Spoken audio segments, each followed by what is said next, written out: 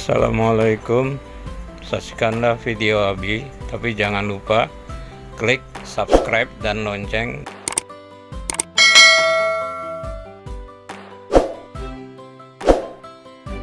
Kemudian like dan bagikan di dalam grup WhatsApp atau yang lainnya. Terima kasih. Assalamualaikum warahmatullahi wabarakatuh. Selamat pagi anak-anakku sekalian.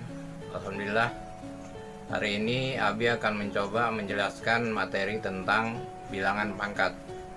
Namun sebelum Abi menjelaskan tentang materi bilangan tersebut, alangkah baiknya kita berdoa dulu bersama. Berdoa, kita mulai. Selesai? Baik. Untuk memudahkan kalian memahami bilangan berpangkat, marilah kita perhatikan keterangan berikut ini.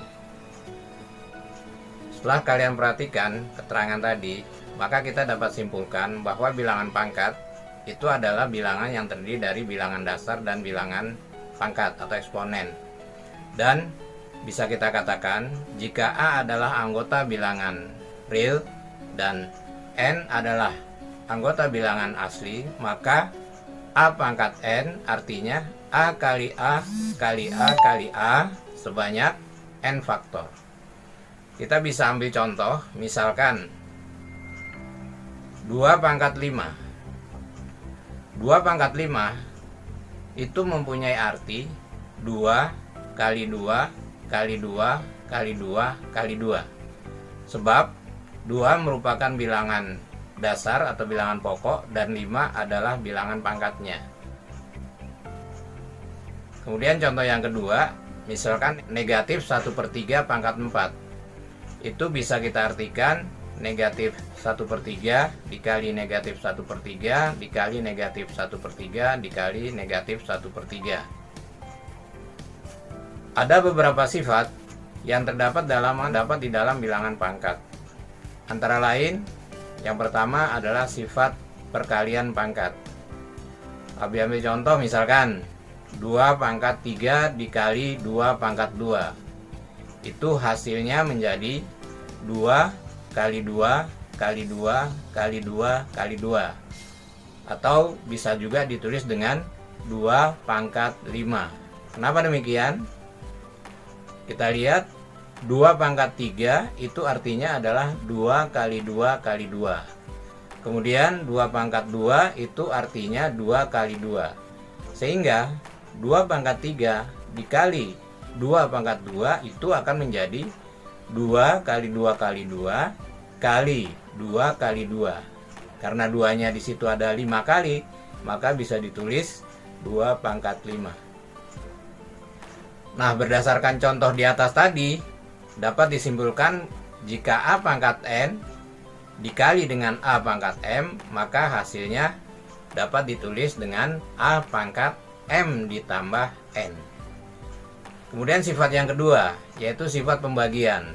Sifat pembagian, contohnya misalkan jika 3 dipangkatkan 4 dibagi dengan 3 pangkat 2, hasilnya menjadi 3 kali 3 sama dengan 3 pangkat 2. Kenapa demikian? Karena 3 pangkat 4 itu seperti tadi, artinya adalah 3 kali 3 kali 3 kali 3.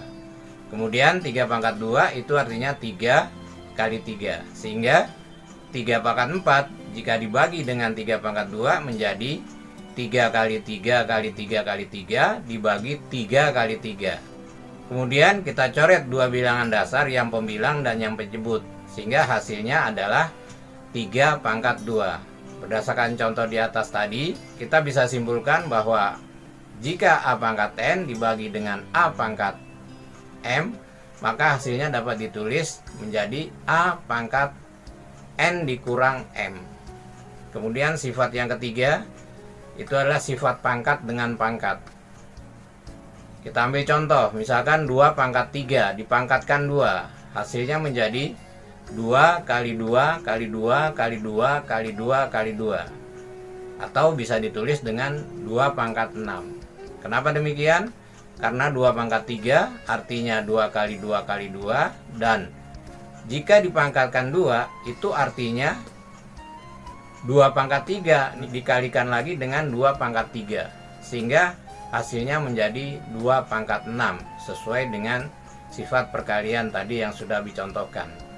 Berdasarkan contoh di atas tadi dapat disimpulkan bahwa jika A pangkat N dipangkatkan lagi M, maka hasilnya dapat ditulis menjadi A pangkat N dikali M. Sebagai catatan, untuk sifat pangkat perkalian dan pembagian, bilangan pokok atau bilangan dasarnya harus sama. Masih ada beberapa sifat bilangan pangkat, namun karena keterbatasan waktu, akan Abi jelaskan lagi nanti pada kesempatan lain. Untuk materi ini, Abi cukupkan dulu sampai sekian. Terima kasih. Assalamualaikum warahmatullahi wabarakatuh.